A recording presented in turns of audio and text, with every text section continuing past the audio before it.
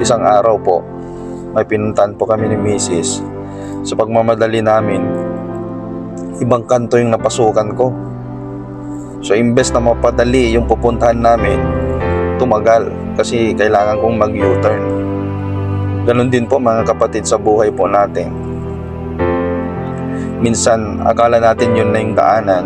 Minsan akala natin okay na yung buhay natin. Minsan dahil meron tayong malaking bahay, meron tayong magagandang sasakyan, meron tayong pera sa bangko, ayos naman ang buhay, walang sakit.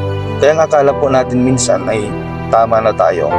Actually, yung ilan nga, hindi naman lahat, yung ilan nga, kapag siniran mo ng salita ng Diyos, ang sasabihin sa'yo, ako pang pagsasabihan mo, samantalang mas maayos naman ang buhay ko kaysa sa'yo.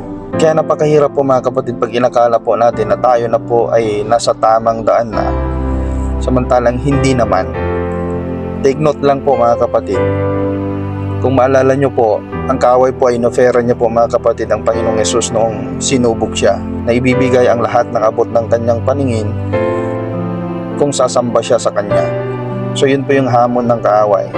So ibig sabihin po mga kapatid, ang kaaway po ay kaya niya ring magbigay ng mga material na bagay.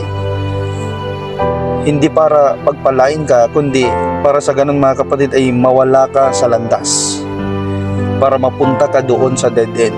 Yung inakala mong pagpapala minsan ay sumpa pala, dahil napapalayo ka na pala sa Diyos. Wala pong mali sa pagyaman, wala rin mali sa mataas na posisyon, wala pong mali doon.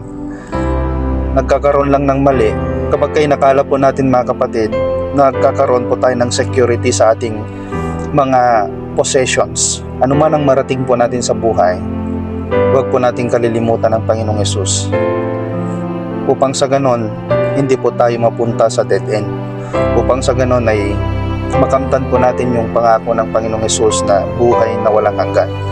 Kaysa pong paalala po mga kapatid, hindi po lahat ng mayaman ay totoong nasa tamang daan.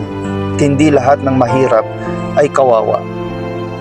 Alam po natin sa ating mga sarili kung nasa atin ang Panginoong Hesus, kung nagpapasakop tayo sa Panginoong Hesus. Kaya mga ka-worshipers, nawa po huwag tayong humiwalay sa presensya ng Panginoong Hesus upang nandoon lagi tayo sa tamang daan at hindi tayo mapunta sa dead end. Purihin po ang Diyos na buhay. God bless you all.